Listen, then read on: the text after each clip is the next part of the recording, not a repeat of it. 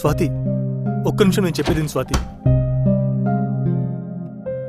ఏం చేస్తున్నావు స్వాతి? ఇప్పుడే రియాలిటీకి వస్తున్నాను హర్ష. జీవితం అంటే నువ్వు చూసే సినిమా లాంటిది కాదు. అన్నీ యాక్సెప్ట్ చేసి లైఫ్ని లీడ్ చేయడానికి.